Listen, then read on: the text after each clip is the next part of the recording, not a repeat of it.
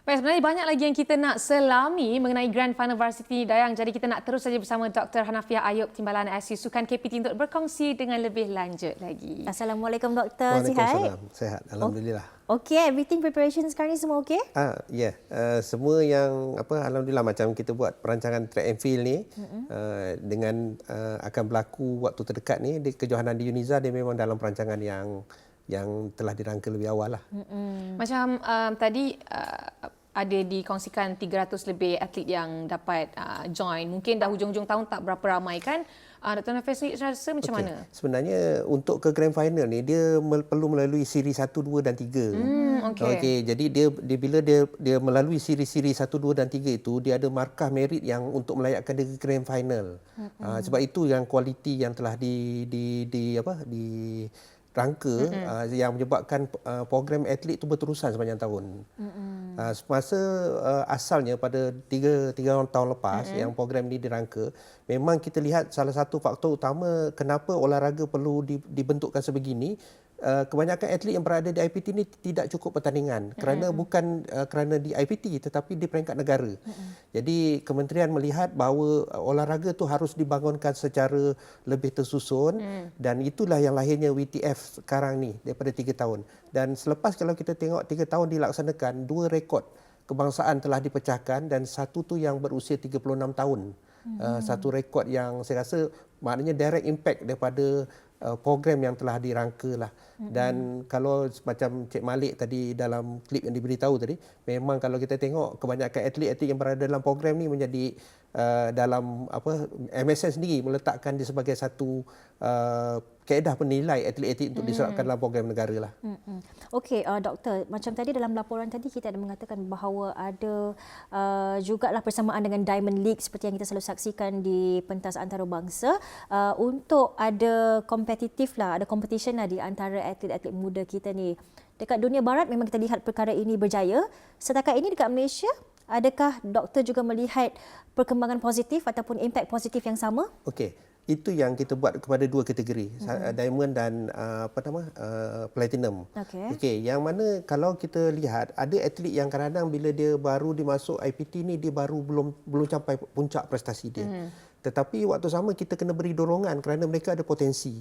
Jadi that's why apabila kita mengkategorikan 2 ni supaya atlet-atlet yang ada potensi ni, khususnya pelajar-pelajar tahun baru, dia ada peluang untuk bersaing dengan di peringkat yang lebih tinggi, di peringkat senior. Jadi maknanya kalau segi pool of atlet tu dia jadi lebih besar, pertandingan lebih kompetitif dan masing-masing boleh tunjukkan potensi diri masing-masing.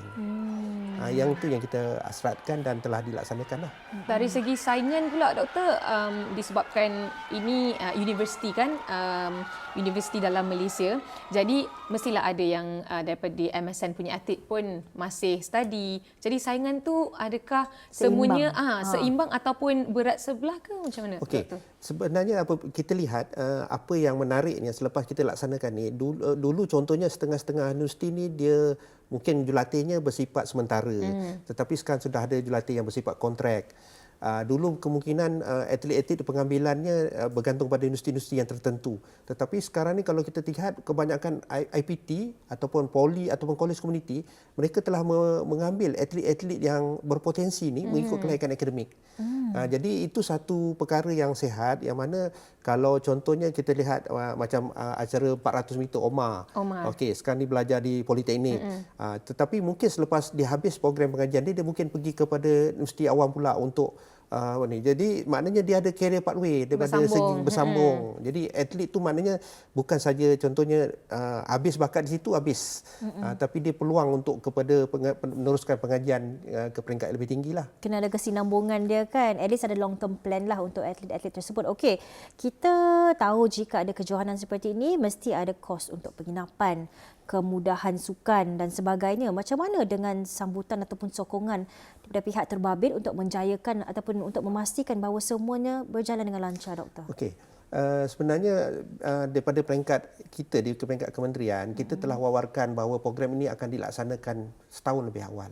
Contohnya pada untuk tahun depan kita dah akan maklumkan waktu terdekat ni bila akan dilaksanakan. Jadi pihak universiti masing-masing telah mempunyai perancangan tersendiri untuk berkaitan segi bajetnya, program dan sebagainya. Sebab kita tahu kalau macam program seperti olahraga ni untuk menghasilkan atlet dia tidak boleh bersifat sementara.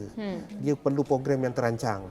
Jadi sebab itu penting kalau kalendernya, segi komitmen USTI dan sebagainya, itu yang akan membantu kepada kejayaan program itu sendiri. Kalau sebelum ini di tak silap saya, Grand Final Varsity ni kali ni di Uniza Terengganu kan. Jadi ke arah sana tu apa sasaran atau objektif yang diletakkan? Okey. Salah satu kriteria penting sebenarnya kejohanan yang sebegini kerana kita menggunakan teknologi dan kita mensasarkan supaya rekod yang dipecahkan itu satu rekod yang diiktiraf. Jadi apabila kita memilih venue-venue ini, dia harus memenuhi keperluan teknikal. Jadi itu sangat penting supaya contohnya katalah 100 meter, tiba-tiba acara 100 meter itu memecah rekod kebangsaan yang begitu lama. Tetapi agak malang kalau kita tidak menggunakan teknologi dan rekod itu tak boleh diiktiraf. Jadi that's why Uniza ini kita pilih kerana dia telah mendapat kelulusan bahawa stadium itu mempunyai piawaian yang sepatutnya dan sebenarnya ini merupakan stadium baru dan pertama kali digunakan. Jadi itu satu keunikan dan bila maknanya dia telah mendapat pengiktirafan sebagai stadium mempunyai piawaian tetapi dia perlu diuji dalam kejohanan yang sebenar. Jadi itu yang kita gunakan medium tu.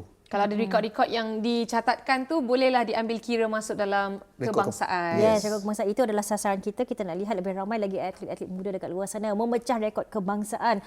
Bagi doktor, possibility untuk pecah rekod ni tinggi ke? Saya yakin. Cuma bergantung kepada sejauh mana atlet itu berada pada program dia sendiri.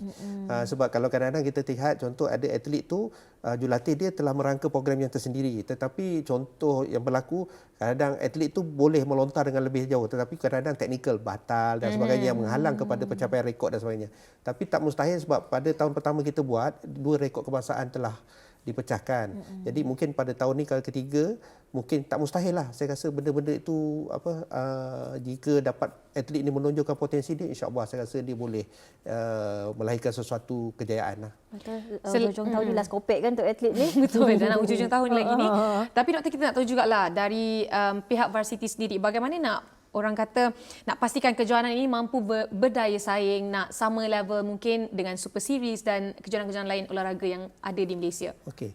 Sebenarnya kita bekerjasama dengan banyak pihak dalam memastikan ni. Contohnya kalau di segi Persatuan Kebangsaan, program ini telah mendapat kerjasama daripada Kesatuan Olahraga Amat Malaysia.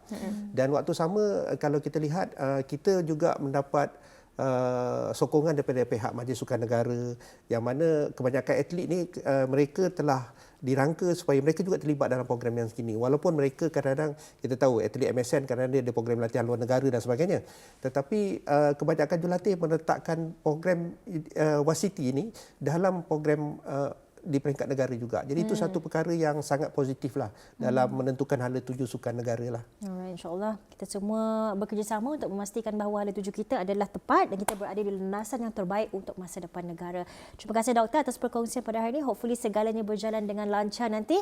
Insya-Allah kita akan terus bawakan perkembangan atlet-atlet muda kita di Nadia Arena. Terima kasih Dato'. Doktor. Terima kasih.